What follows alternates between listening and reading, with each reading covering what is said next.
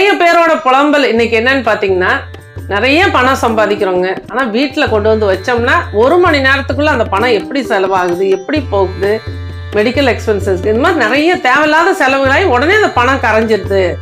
பணத்தை இந்த வீட்டுக்குள்ள கொண்டுட்டு வந்து வைக்க முடியல, இந்த வீட்டோட வைப்ரேஷன் சரியில்லை, இந்த வீட்டுல ஒரு நல்ல சக்தி இருக்கிற மாதிரி தெரியல, ஏதாவது கெட்ட சக்தி இருக்குமோ, யாராவது எனக்கு ஏதாவது பண்ணியிருப்பாங்களோ, இது போன்ற புலம்பல்கள் இன்னைக்கு அதிகமாயிடுச்சு.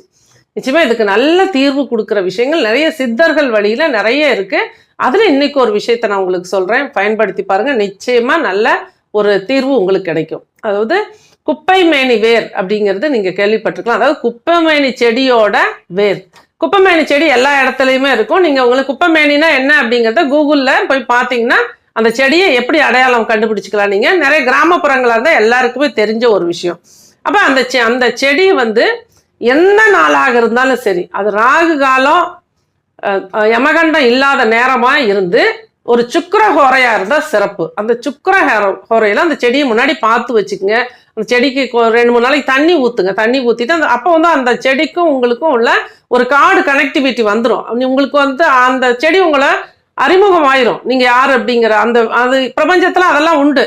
அப்போ அந்த ஒரு கார்டு கனெக்ட் ஆயிடுச்சு அப்படின்னா அந்த செடி வந்து நமக்கானது அப்படிங்கிறத நம்ம தீர்வு பண்ணிக்கலாம். அதன் பிறகு அந்த செடிக்கு தண்ணி ஊத்திட்டு மேலே செடி மேலேயே தண்ணி கொஞ்சம் தெளிச்சு விடுங்க. அதன் பிறகு பார்த்தீங்கன்னா ஒரு 2-3 நாளைக்கு இந்த மாதிரி தண்ணி விட்டுட்டு ஒரு சுக்கிர ஹோரையில யமகண்டம் ராகு காலம் இல்லாத ஒரு சுக்கிர ஹோரையில எந்த நாளா இருந்தாலும் பரவாயில்ல, அந்த நாள்ல வந்து அதுக்கு மேல மஞ்சள் தூள், அது கஸ்தூரி மஞ்சளா இருக்கிறது ரொம்ப நல்ல விஷயம். கஸ்தூரி மஞ்சளை வந்து பன்னீர்ல கலக்கி அந்த செடி மேல தெளிச்சு விட்டுட்டு அந்த செடிக்கிட்ட நீங்க மந்திரம் யந்திரம்லாம் எதுவும் சொல்ல வேண்டாம். அந்த செடியை மனதார பிரார்த்தனை பண்ணுங்க. என்னோட வாழ்க்கையில ஒரு நலனுக்காக உன்னை வேரோட நான் எடுக்க போறேன், எனக்கு அதுக்கு அனுமதி கொடுங்க அப்படின்னு சொல்லிட்டு பிரார்த்தனை பண்ணிட்டு அந்த செடியை வந்து அடியிலையும் தண்ணி ஊத்தி வச்சுட்டு வேர் அருகாம எந்த வேருமே கட் ஆகக்கூடாது, அப்படியே எடுத்துடணும். செடியை அழகா எடுத்துட்டு நல்லா வாஷ் பண்ணி நல்லா கழுவிட்டு நீங்க வீட்டுல கொண்டு வந்து வச்சு நிழல்ல வச்சிருங்க. நிழல் காய்ச்சல் போட்டுருங்க. நல்லா காஞ்சதுக்கு அப்புறம் அந்த வேரை வந்து நகம் படாம கட் பண்ணி எடுக்கணும். ஒரு கல் வச்சு கொட்டி எடுக்கலாம், ஒரு கட்டை வச்சு எடுக்கலாம், இல்லை நகம் படாம கிள்ளி எடுக்கலாம். அது மாதிரி பண்ணி எடுத்துட்டு அதுக்கு மஞ்சள் குங்குமம் வச்சு இல்லை வாசனை உள்ள அரகஜா இது போன்ற விஷயங்கள் எல்லாம் அதுல தடவி உங்க பணம் வைக்கிற இடத்துல ஒரு சிகப்பு துணியில சுத்தி ஒரு பச்சைக்கல் புறமும் கூட வச்சுட்டீங்க அப்படின்னா அந்த இடத்துல நீங்க சொன்னீங்க இல்லைங்க முன்னாடி, நம்ம சொன்னோம் இல்லைங்களா, பணம் அதாவது பணம் வந்து எப்படி வருது, எந்த வழியில போகுதுன்னே எங்களுக்கு தெரியல, வீட்டுக்குள்ள வெளியில நிறைய சம்பாதிக்கிறோம், வீட்டுக்குள்ள கொண்டு வந்து பணத்தை எங்களால வச்சு அது வந்து சேமிக்க முடியல அப்படின்னு சொல்ற எல்லாருக்கும் இது ஒரு சிறந்த பரிகாரம்.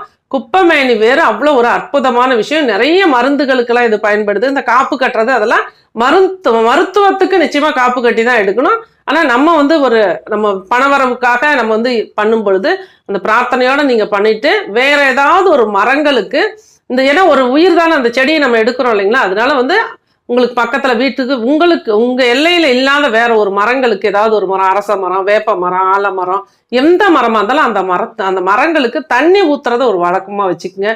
நிச்சயமா இந்த மரங்கள் வந்து உங்களுக்காக பிரார்த்தனை எடுக்கும். இதெல்லாம் வாழ்க்கையில அனுபவிக்கணும், இதெல்லாம் உணர்ந்தாதான் தெரியும். நான் பல ஆண்டுகளா இந்த மாதிரி மரத்துக்கு தண்ணி ஊத்துற விஷயம்லாம் பண்ணிட்டு இருக்கேன். ரொம்ப மனசுக்கு நிறைவா நான் ஒரு ஆரோக்கியமான நிம்மதியான வாழ்க்கைய இது போன்ற இயற்கை சார்ந்த விஷயங்களை பண்ணும்போது எனக்கு கிடைச்சிட்டு இருக்கு. இதை நீங்களும் பயன்படுத்தி வாழ்க்கையில் பிரம்மாண்ட வெற்றியடைய நான் வணங்கும்